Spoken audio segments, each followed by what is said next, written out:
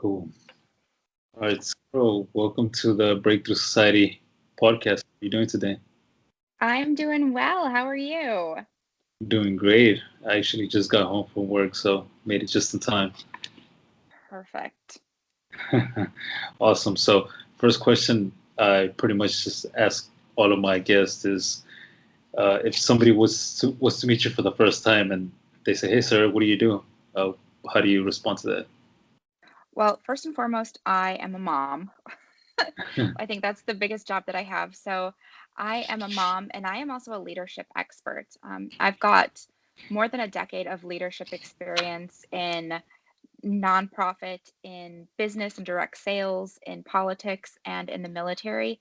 And I've really found over the course of the past several years that that's where my passion lies.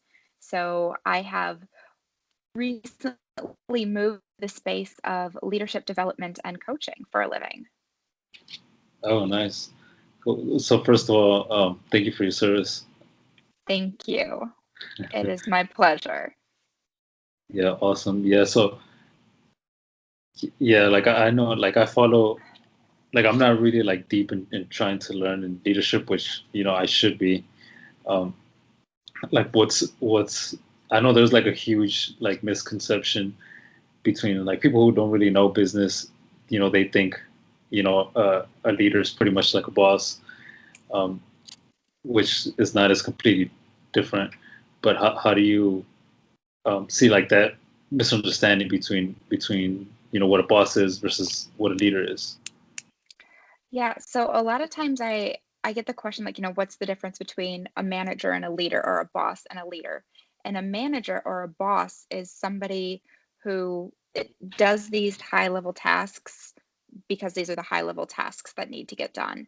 A leader is somebody who inspires others and lifts up an organization and provides purpose and direction for that organization to move them forward and to move the needle forward. And that's where the difference lies.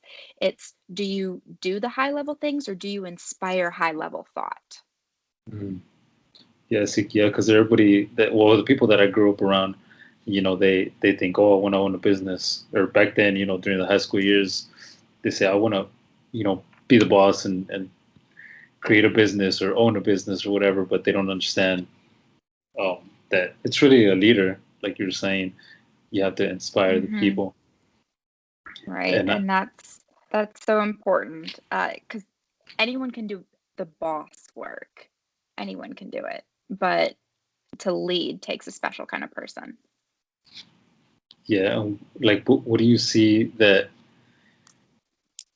like the difference in the personalities between, people that think that they're supposed to be the boss and people that like they know that they're supposed to be a leader. Like, what other characteristics besides like business do you kind of like see? Like, how can you tell? You know what I'm saying? Like, how can you tell just I by think meeting somebody it's, like, oh, this guy's not going to be a good leader? well, I don't know that you can tell right away because everybody has a different leadership style. One of the things that I think is absolutely key to being able to lead well, though, is the ability to see a big picture vision. So it's more than, we run a business and in April we are going to hit $100,000. It's more than like quarterly financial goals. It's, you know, we run this business and in 3 years from now, this is where I want our team to be. I want it to be a global brand, and here's how we're going to go about doing that. And being able to then not just have that vision, but rally the team that you work with to be able to do the things and be innovative enough to accomplish the mission. So it's not necessarily a difference in skill set, it's a difference in personality. So it's pretty much the leader is just pretty much just steering the ship in the right direction. Right. It's kind of like the ship's captain. You've got this ship and you've got, someone who manages the steam room or someone who manages the deck, but at the end of the day, you're the captain and you direct everything where to go and the ship does what you tell it to because you have the people who are a well-oiled machine willing to do the work.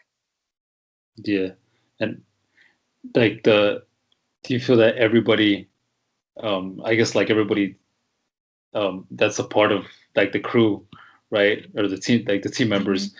I mean, everybody just naturally is looking for that leader. Yeah, I think people definitely naturally look for leadership, especially people who either don't have it or haven't found theirs yet.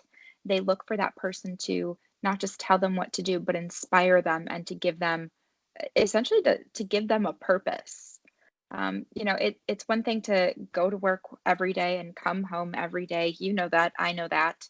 But why are we going to work? That's the Mhm. leader is going to be able to tell you. Why are we here? Why am I crunching these numbers? What does it have to do with anything? Well, here's the big picture. Yeah, so not just going to work just to pretty much get that paycheck and clocking out and then just Hmm. doing that thing over 40 years, Right, having the right. purpose of having Absolutely. like like creating something, with the business. Like we're here to, build something big. We're here to dominate kind of thing. Yeah. It's like the Army's official definition of leadership is to provide purpose, direction, and motivation in order to accomplish a mission. Um, I really like almost everything about that definition except for that motivation piece. Because I don't think whether it's your boss or your leader or whoever it is, I don't think it's up to them to motivate you. Because what that's going to do is that's going to give you an external motivator, which is eventually going to go away, and you're going to need to find a new external motivator. I believe that it's up to you as an individual to motivate yourself, to have an internal motivation, whether that's loyalty to the team, whether that's something you want to do long term, whatever that is. Uh, a leader, according to the Army, purpose, direction, and motivation, but I say purpose and direction. Yeah. So you kind of have to, how you're saying, like you have to get your own motivation. Um, Hmm. that's like saying you have to, I mean, you have to give like 50-50, or like like your leadership team, whoever the leader is giving you like the 50%. And so you have to meet them halfway with, your Hmm. own motivation or I guess your why or to why you're doing something. Right. Is that what you're Yeah. saying? Yeah. So I equate this back to when I was working in network marketing and I had a leadership role. And what I would do was every month I would tell my team, oh, if you hit this goal, you're going to get this prize, this shiny thing at the end of the month. And they would work and they would hit that goal, and I would give them the shiny thing. And then the next month they would say, okay, what are we working for this month? And I would say, okay, well, now you're working for this fancy prize. Mhm. And it was like that every single month because they were being externally motivated. And once they got used to that, if I were to stop providing that external motivator, if I were to stop giving them prizes and accolades, the work would fall off. So the way around that is to give them something bigger to be a part of so that you don't have to offer a shiny prize. You don't have to spend all of your would be profits maintaining motivation on a team through false external motivation. Yeah. And that comes down to, I think that comes down to whatever it is that they want as Hmm. part of their career, because if they don't know what they want, they're just going to be chasing that shiny thing.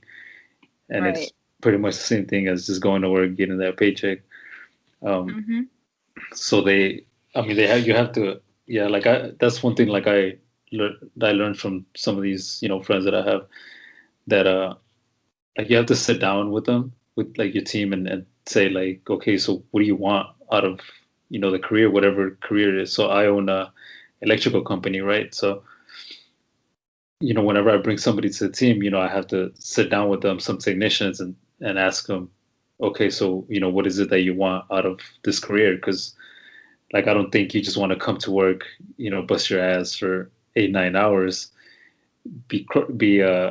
crawling on the floor, or being in the attic or something like that, just to get that paycheck. Like you have to have some other drive as to, advance, get your licenses and stuff like that, to Yeah. just, that will be their motivator. Yeah. And I want to stop and applaud you because that is a mark of true leadership, the fact that you're actually asking those questions. So even though you said just a couple minutes ago, like you're not interested in diving deep into the leadership realm, by asking questions, you are. and you're showing your team that you are willing and ready and able to lead them simply by asking them questions and getting their input and feedback, and then in turn acting on their answers to those questions and giving them what they need. Yeah, and then well, whatever it is that they want, but I know a lot of them because there's different levels of licenses that you can have in the trade or Mhm. in electrical trades. So, giving them like that goal of, okay, by the end of the year you have to, get the next license, and like helping them out in any way, studying, providing books or sending them to school kind Mhm. of thing. So that's And I like would one of assume that it's something that you've already done, right? You have all those steps. It's kind of you and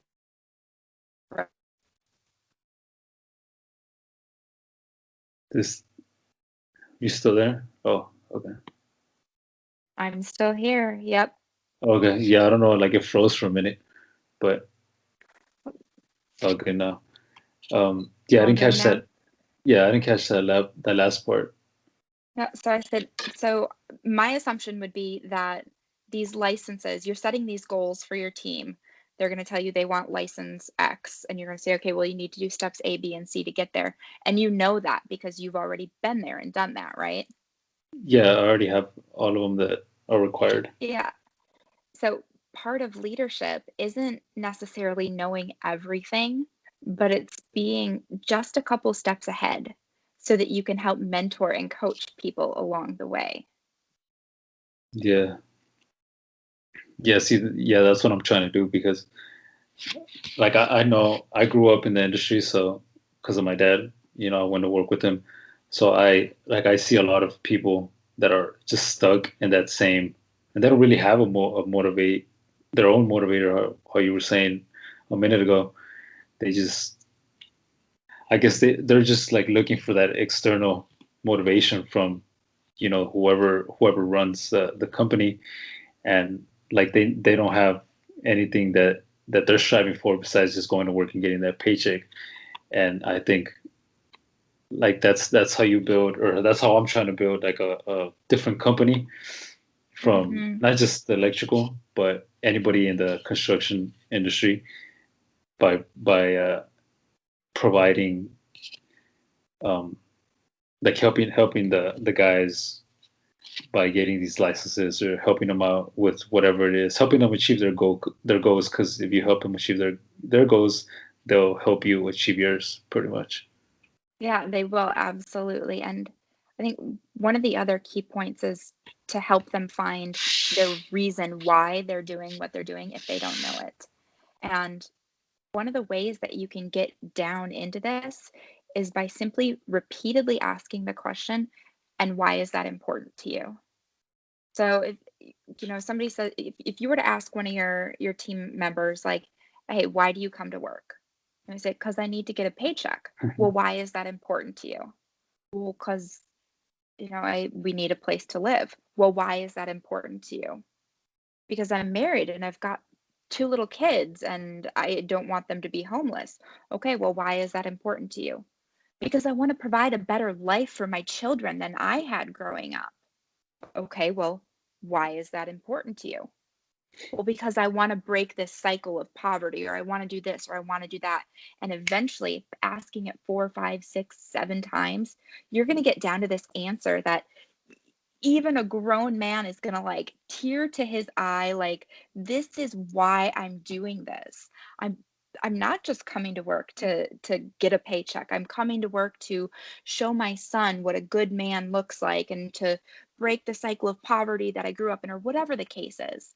Like that deep feeling why, which I know so often men don't like to talk about the touchy-feely feeling stuff, Yeah, but if you can get someone to experience and internalize that reason why they're doing something, they are going to be infinitely more dedicated to it.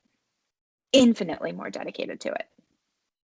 yeah, you're getting the answer out of them that they didn't even know they had. Right. Like, once upon a time, someone asked me, "Why are you working this job?"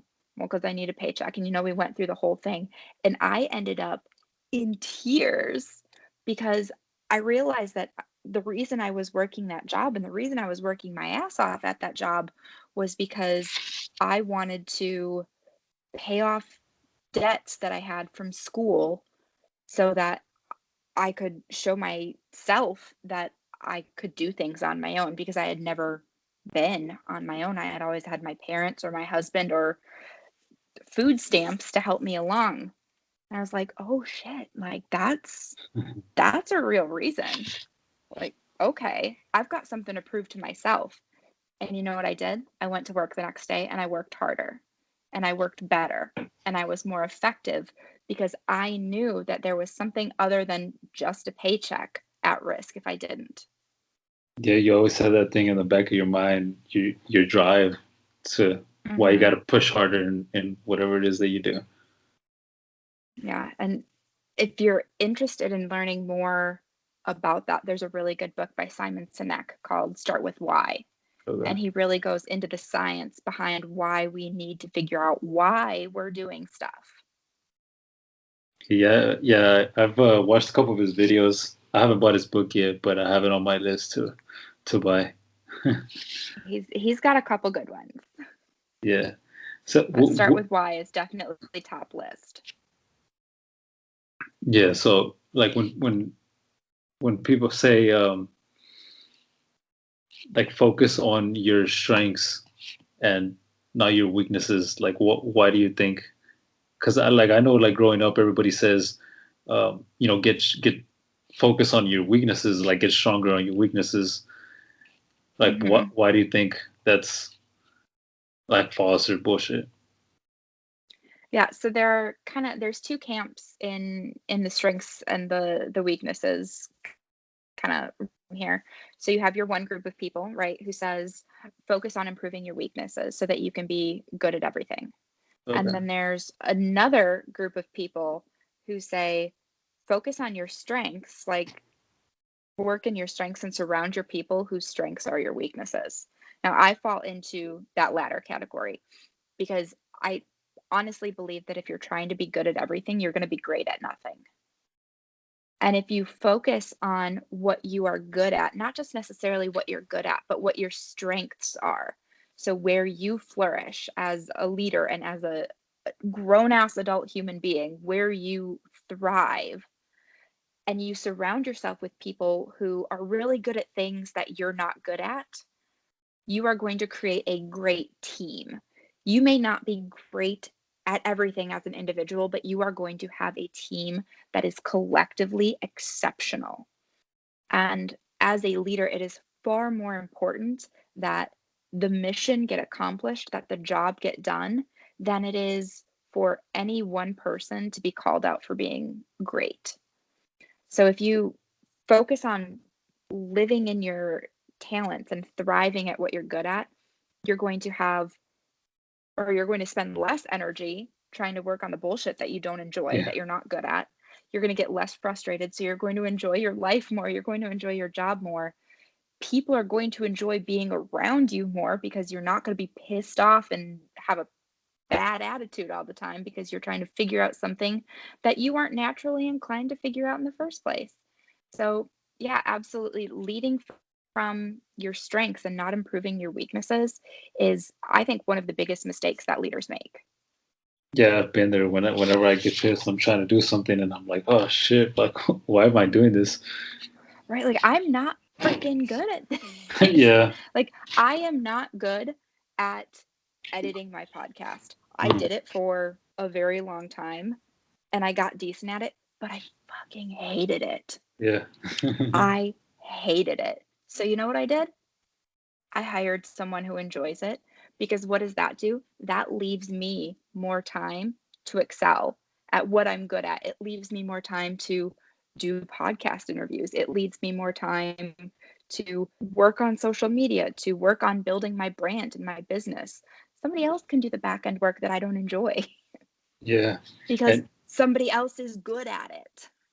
And it takes her like, I don't know, 10% of the time that it takes me. It would take me days to edit a podcast episode. It takes her a couple hours. and even like these little small things that you can say, oh, well, I can, hire somebody to do it, or I mean, I can do it for 5 minutes, but 5 minutes here and then 5 minutes next week or 5 minutes a couple of days later, like all these 5 minutes add up when you can Yeah. like do something else, like you're saying, like focus on your strengths, and even if Yeah. it's not too complicated, it's still time consuming. Yeah. And so that's one of the biggest mistakes that uh, people make when they're starting out in business, is thinking that they can or that they have to do everything themselves. And it is something that I am still recovering from, because I have this mentality that I would never ask someone else to do something that I haven't already tried. Yeah. And when I try something, I want to be good at it. That's just my personality. That's what I do. Like, I would never ask my soldiers to do something that I haven't already done or that I wouldn't do. I've mopped floors, I've climbed the towers, I've slept in the dirt, I've done the thing. So I'm comfortable asking them to do that now. So when I started my business, I had that same mentality. Like, I would never ask somebody to do something that I wouldn't do. So I would never ask somebody to edit my podcast until I know how to edit a podcast. That's a whole nother freaking skill set that I don't need to learn. I did, and it was a mistake. I mean, I learned from it, I grew from it, but like I said, life is easier now that I'm not doing it. So like, do you feel that how you're saying, like, don't focus on that stuff, like the podcast editing, because it's so time consuming and you hated it and all this, but in terms of like building a business or building like a team, um, I mean, I would think you need to still know a little bit about everything, just to make sure that whoever that person is that's doing it is doing it correctly. Right, you need to be able to provide a vision, and you need to know what you want, and then you need to be able to trust someone else to do the job. Like, I remember hiring my first virtual assistant, and I micromanaged the ever living daylights out of her, because I wanted things a certain way. And that relationship ended up not working out because I was micromanaging her and not trusting her. Like, I was paying her to do something, and then I would go back and I would check her work. And it got to a point where I was like, why in the hell am I paying her when I'm just going back and redoing the work anyway?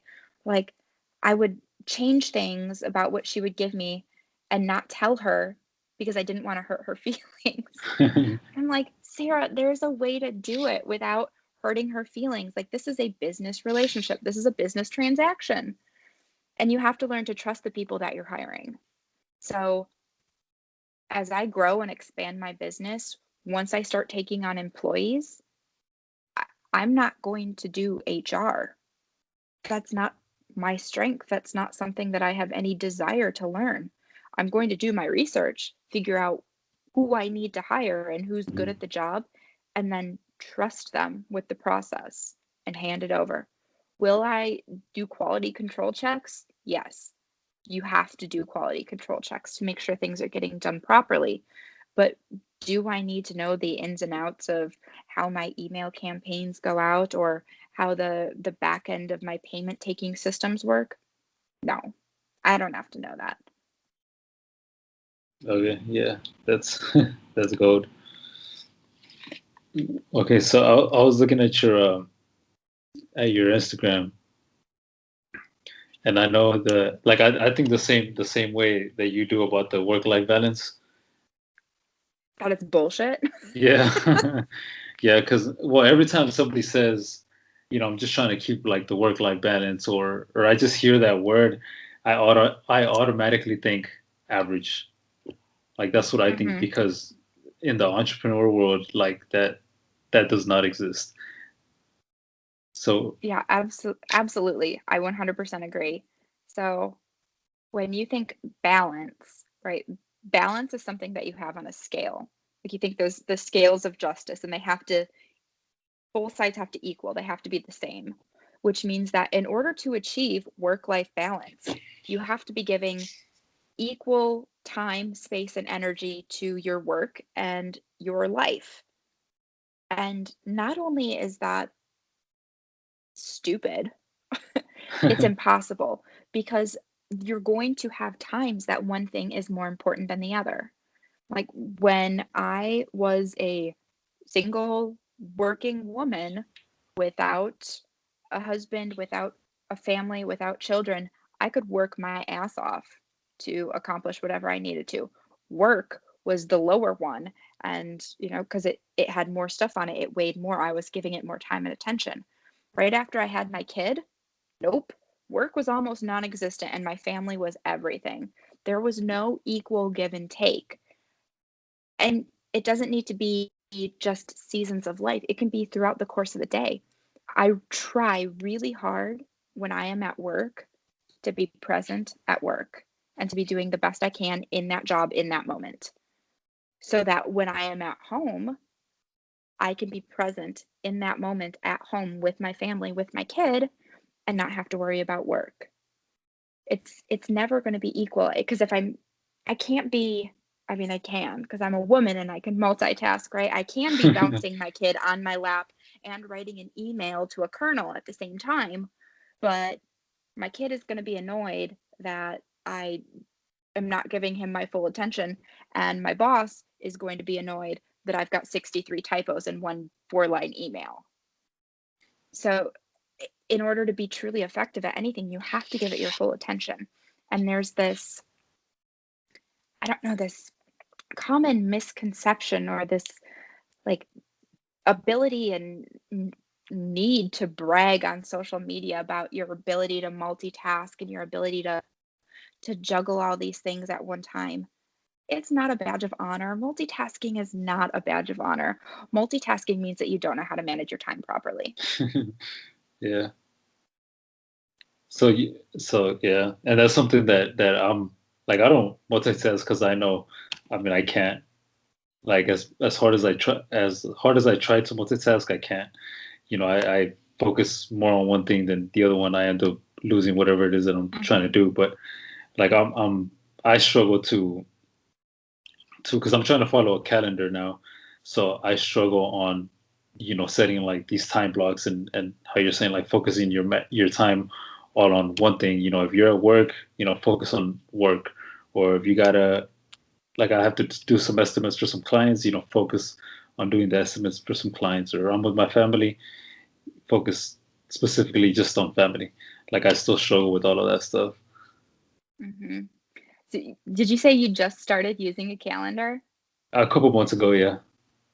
So let me ask you a question. Do you have like a massive to-do list for every day as well? Yeah, I do. And if I don't, then I just like if I don't complete it, which a lot of days I don't, I put them on the next day, or I try to um like not put them all on the next day, but throughout the next couple of days if it's too many things. So as a lifelong, like crazy prepare calendar person, we give you the best tip that I can come up with is at the beginning of the week or at the beginning of the day, however you want to do it, take a look at your to-do list for that day. If there's anything on that list that is going to take you more than 20 minutes to accomplish, don't put it on a to-do list, put it in your calendar as an appointment.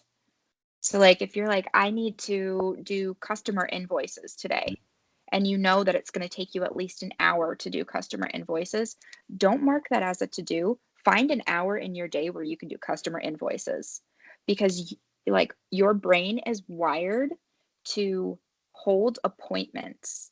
So, if you see something in your date book or if you see something, an appointment pops up in your calendar and it says, you know, do customer receipts, you're more likely to do that than seeing it on a to-do list because like you said, with a to-do list, if it doesn't get done, you can just push it off to the next day or something. Yeah. And eventually, you're going to get to Friday and you're going to have 754,000 things on your to-do list and none of it's going to get done and it's going to get pushed to the next week and pushed to the next week and pushed to the next week.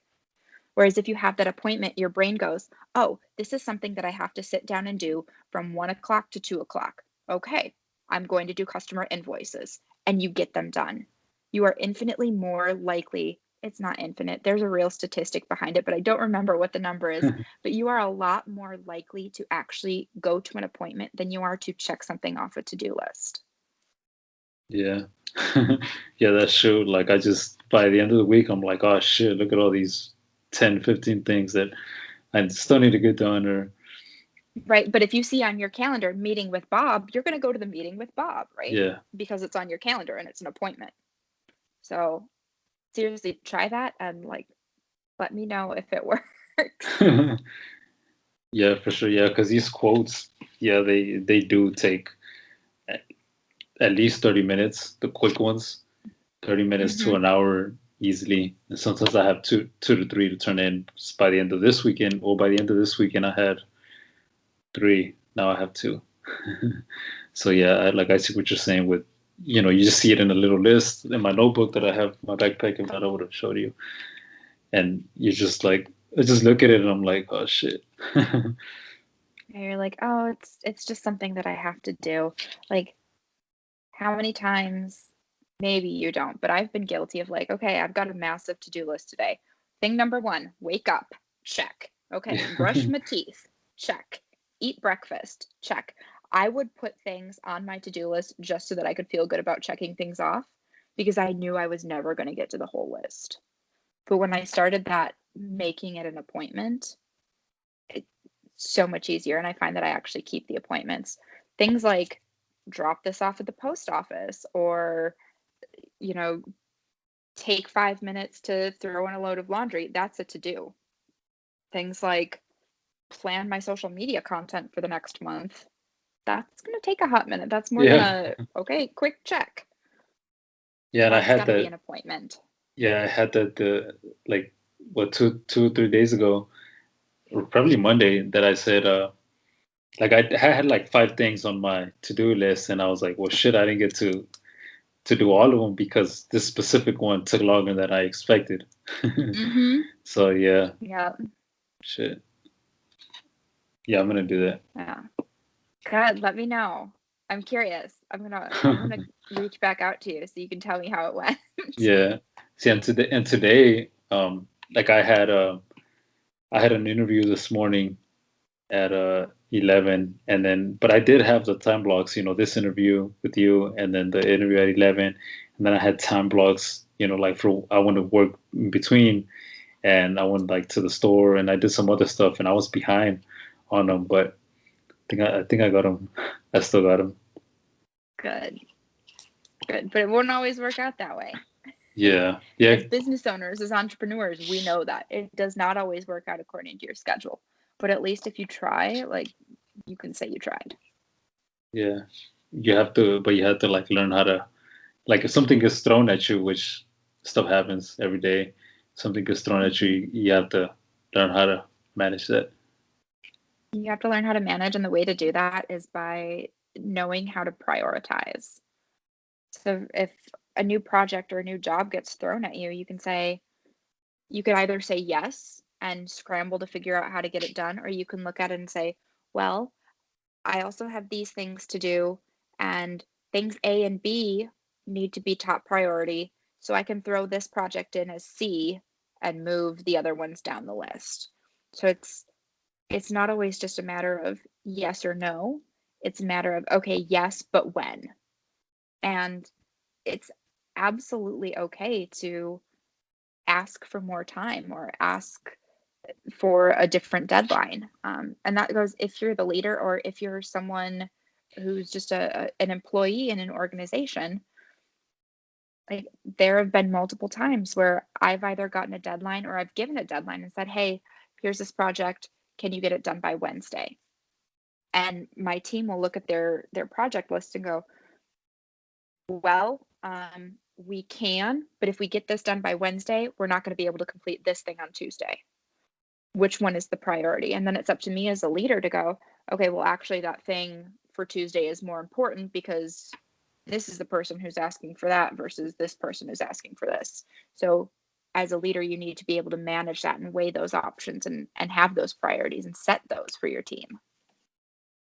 So say like whether it's tasks or priorities that you need to do for yourself or or for your entire organization, do you have, I guess, like a big list where you put down everything and then you just kind of um I don't know how to say it, like a rough draft list where you have everything written down, how you're saying, like with priorities, and then you take something from that list and put it, say, on the calendar, and then you just, Yep. start like deleting and just moving over and stuff like that. So the way I do it is I have a dump list that every Sunday I sit down for like a solid hour and a half and I go over my calendar. And one of the first things I do is I like put everything that is rattling around in my brain or like on all these sticky notes that are all over my desk. If you guys could see my desk, it's a hot mess. But everything that's on a sticky note, everything that's in my brain, I write it all down. Like just list it. Everything that needs to get done. And then I take a look at that list and I say, okay, what needs to be an appointment? And I make those appointments. So I need to record this podcast for whatever. Okay, I'm going to do that on Tuesday from 7 to 8 p.m. Okay, that's an appointment. And as I make the appointments, I cross those things off the list because I know those are going to get done because they're appointments. The next thing I do is say, okay, I know that my brain has the capacity to handle 5 to 6 to-do list items per day. So then I go through and I start saying, okay, what on here needs to get done? Okay, the laundry needs to get done. That's a to-do for Monday. This thing needs to be graded. Okay, that's a to-do for this day. And I fill in 5 or 6 to-dos for every single day. And everything else I look at it and I go, okay, well, actually, let's back up. Before I start doing all my stuff and putting it in my calendar, I take a look at it and say, what do I need to do and what can I delegate? Mm. Because if there's stuff on that list, and oftentimes there's a lot of stuff on that list that I don't have to do. I don't have to make the cupcakes for daycare. I can ask the nanny to do that. I don't have to mow the lawn.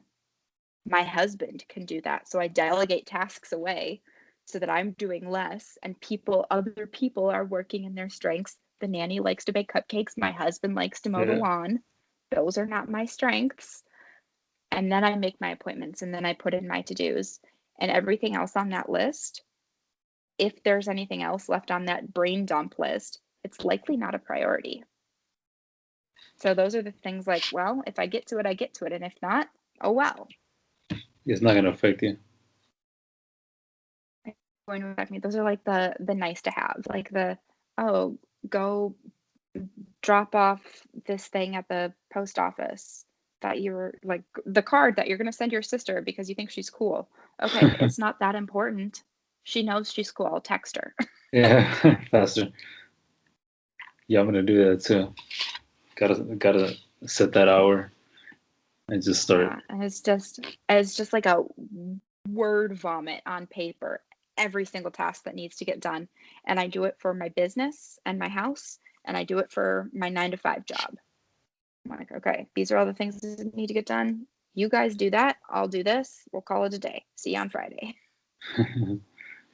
Yeah, I'm gonna do that, and I know for sure everybody that's listening that tries it is definitely gonna it's gonna help them for sure. For sure. I want to hear your success stories. So go find me on Instagram. That's Yeah, where I hang out. And let me know, like, hey, I listened to the podcast and I tried that dump list thing. I made appointments with myself and now I'm more productive. I would love to hear that.